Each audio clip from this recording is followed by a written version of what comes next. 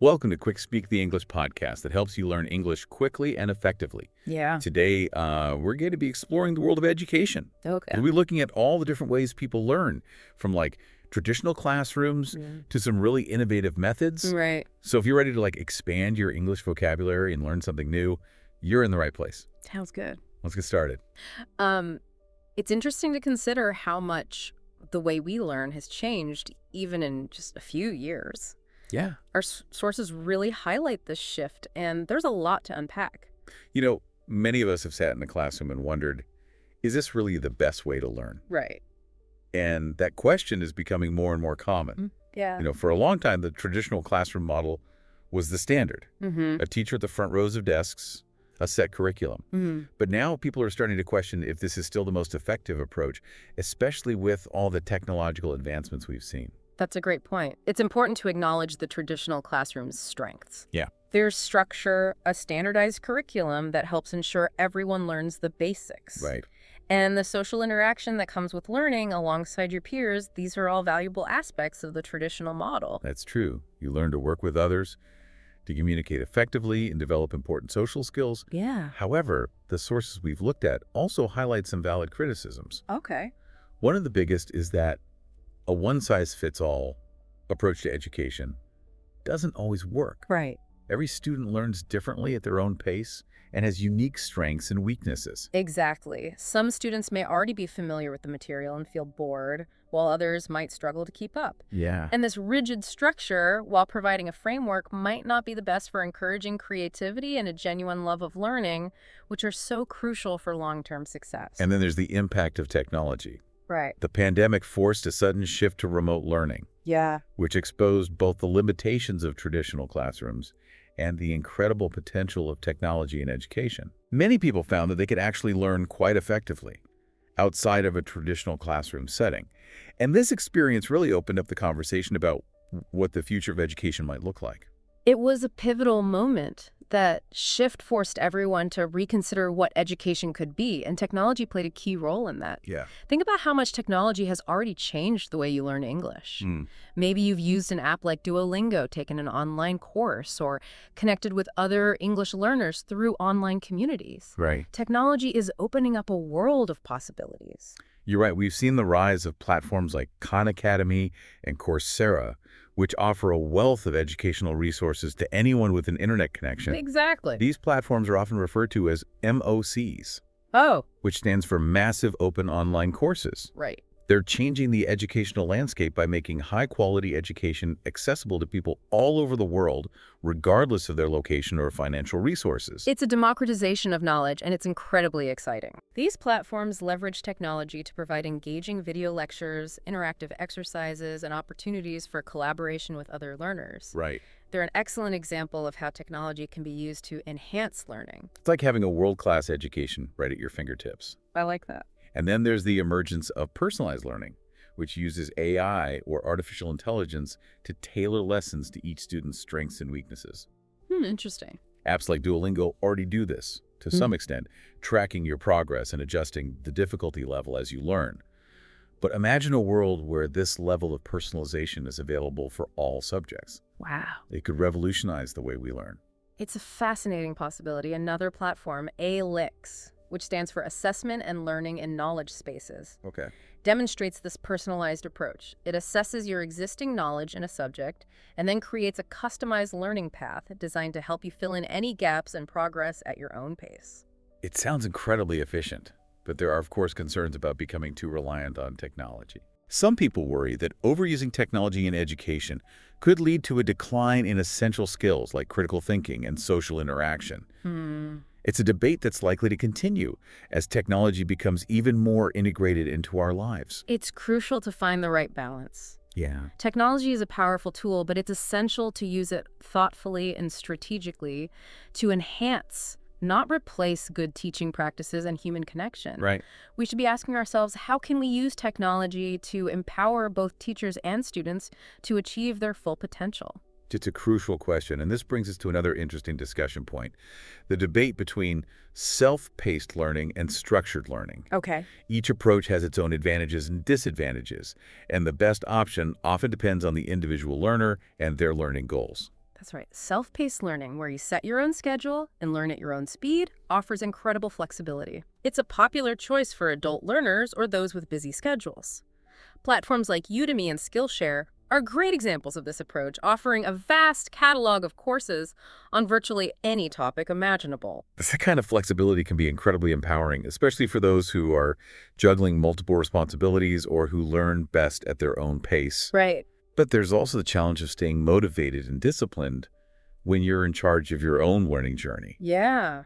Some people thrive in that environment, while others struggle without external structure and guidance. That's where structured learning often comes in. It provides a clear roadmap with a set curriculum, deadlines, and external accountability. Mm-hmm. This approach is particularly beneficial for learning fundamental concepts, where a strong foundation is essential. Think about learning a new language. You need to master the alphabet and basic grammar before you can move on to reading novels or having fluent conversations. It's true. Some people simply thrive in a more structured learning environment.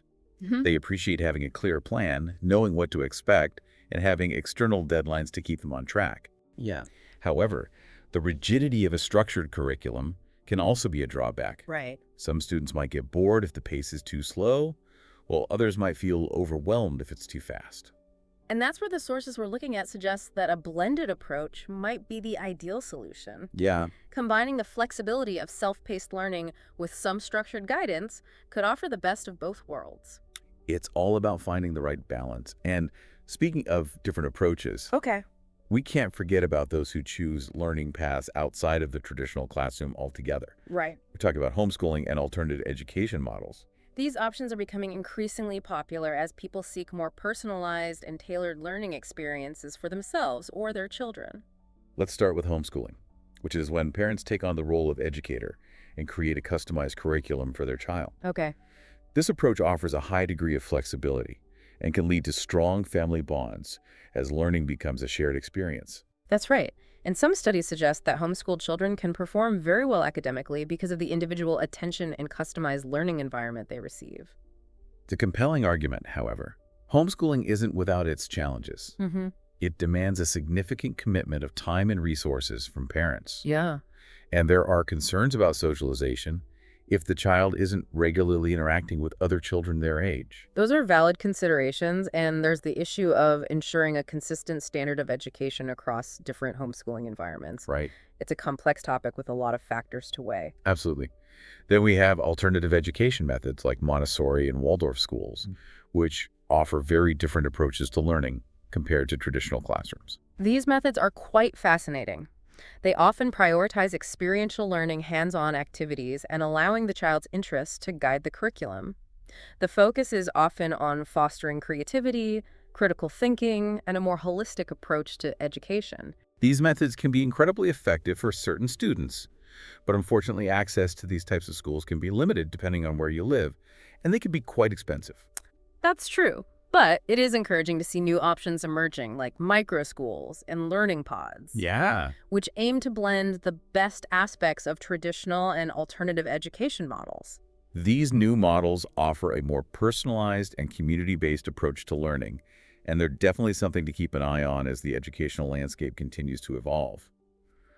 But that's all the time we have for this part of our discussion. Right. Be sure to join us for the next part, where we'll continue our exploration of the evolving world of education. We'll delve deeper into the future of learning and discuss some of the key skills that will be essential for success in the years to come. Okay, sounds good. Welcome back to QuickSpeak. As we continue our exploration of the world of education, it's clear that we're living in a time of rapid transformation. Yeah. The way we learn, the tools we use, and the very concept of education itself are all evolving at an unprecedented pace.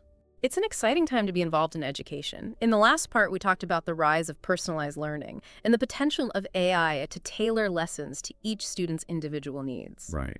Let's delve a bit deeper into what that might look like in practice. Okay. One of the most promising applications of AI in education is its ability to provide personalized feedback and support to students.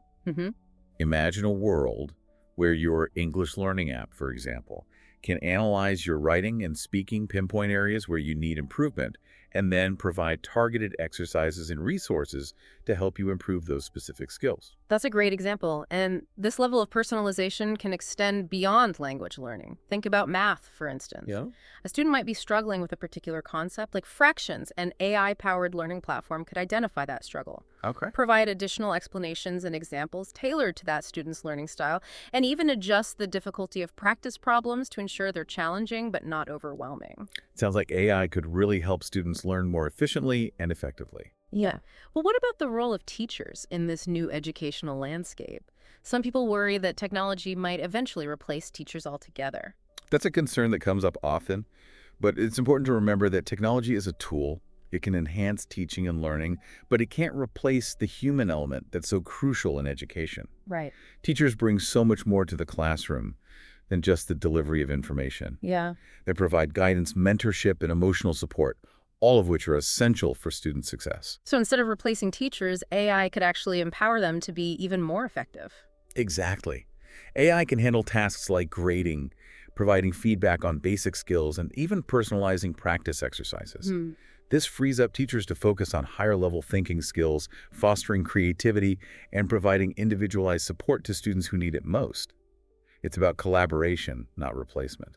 That makes a lot of sense. It's about using technology to its fullest potential while still recognizing the irreplaceable value of human connection in education. And speaking of connection, one of the most exciting possibilities in the future of education is the potential for global collaboration. Absolutely. With the internet connecting people all over the world, we have an unprecedented opportunity to create truly global learning communities. Wow. Imagine students in different countries working together on projects, sharing their perspectives and cultures, and learning from each other's experiences. That would be incredible. It would help students develop a much broader worldview, Yeah. understand different cultures, and appreciate the interconnectedness of our world. And it wouldn't just benefit students. Right. Teachers could also collaborate with colleagues from other countries, share best practices, and learn from each other's expertise. Exactly. We could see the emergence of virtual teacher exchange programs where educators from different parts of the world spend time in each other's classrooms, learning new teaching methods and sharing their own cultural perspectives. It would be a fantastic way to promote cross-cultural understanding and improve the quality of education worldwide. Those are some truly inspiring possibilities. But as we embrace these advancements in education, it's also important to address issues of equity and accessibility. Not everyone has equal access to technology or high-quality educational resources. That's a crucial point.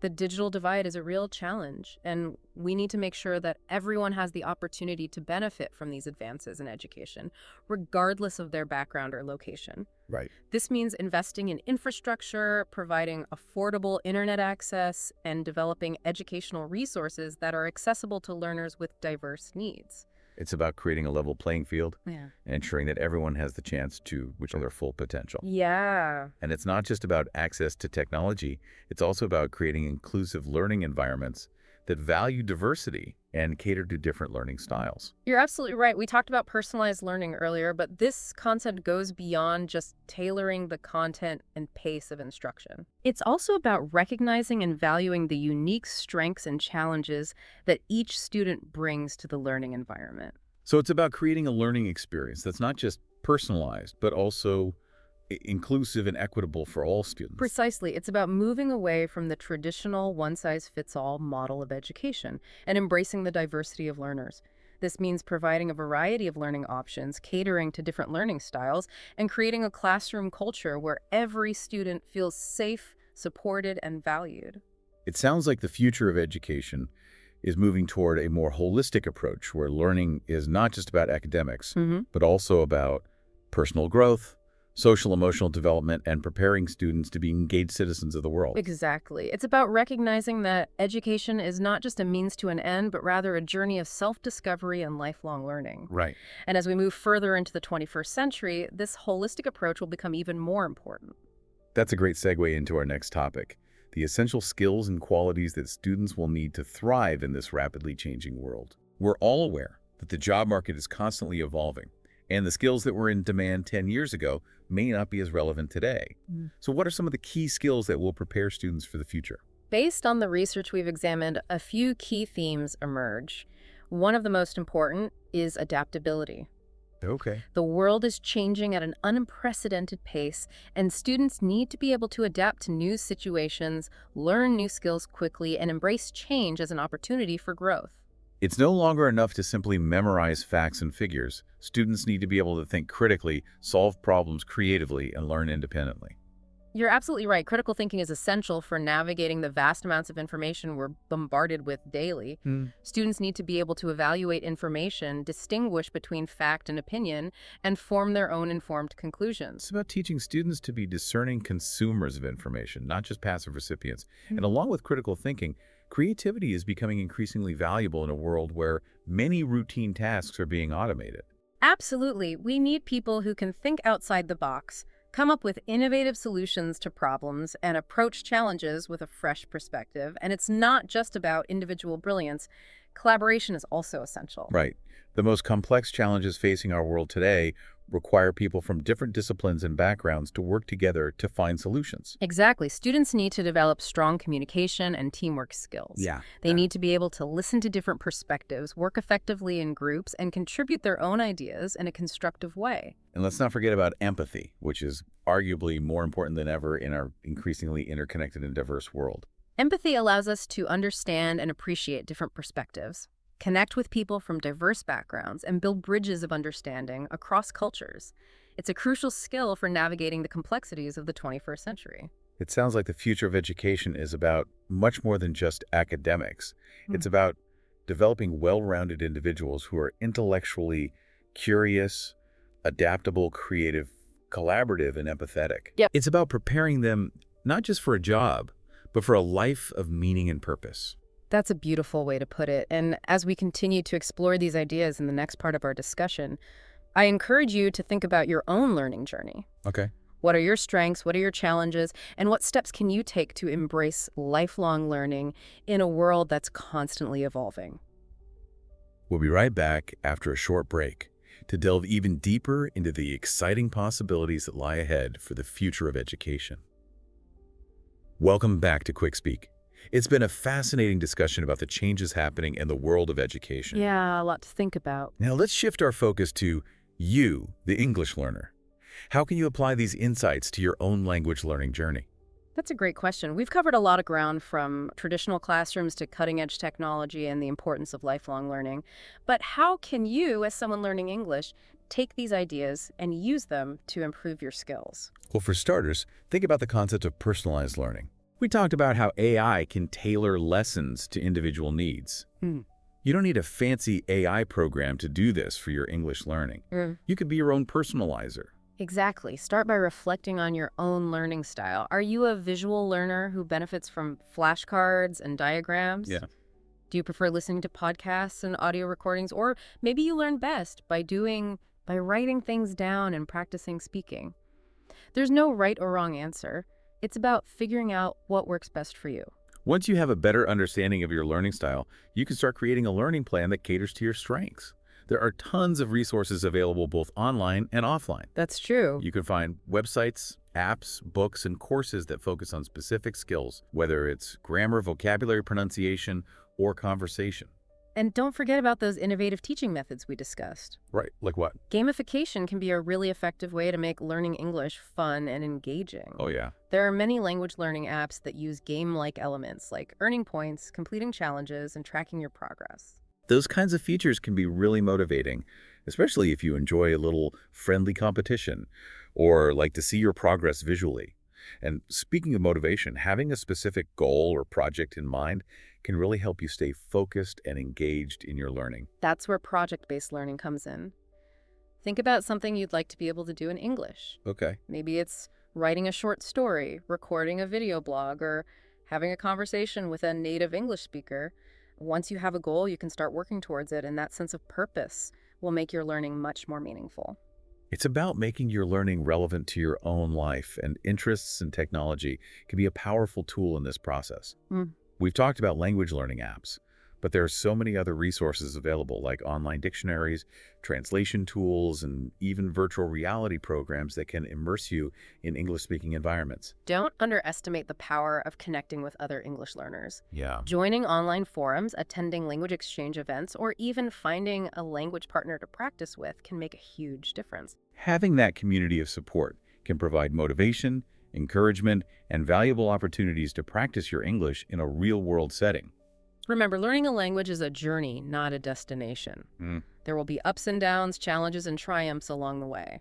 That's where those essential skills we discussed earlier come into play. Being adaptable means being open to trying new methods, adjusting your approach as needed, and not giving up when you face challenges. Critical thinking helps you evaluate resources, set realistic goals, and make informed decisions about your learning path. Right. Creativity allows you to find fun and engaging ways to practice your English and express yourself in new and exciting ways. Collaboration helps you learn from others, get feedback on your progress, and build connections with fellow language learners. And empathy helps you understand the perspectives of native English speakers and appreciate the nuances of the language and culture. Remember, learning English is not just about memorizing grammar rules and vocabulary. It's about opening yourself up to a new world of communication, culture, and connection. We hope this exploration of the world of education has given you some valuable insights that you can apply to your own English learning journey. Keep exploring, keep experimenting, and most importantly, never stop learning. Couldn't have said it better myself. We've only scratched the surface of this fascinating topic, but we hope it sparked your curiosity and inspired you to continue your own language learning adventure. And if you'd like to delve deeper into the topics we've discussed today, be sure to visit our website. Yes. You'll find additional learning materials, including vocabulary lists, exercises, and links to some of the resources we've mentioned. Thank you for joining us on QuickSpeak. We'll see you next time for another insightful exploration of the world around us.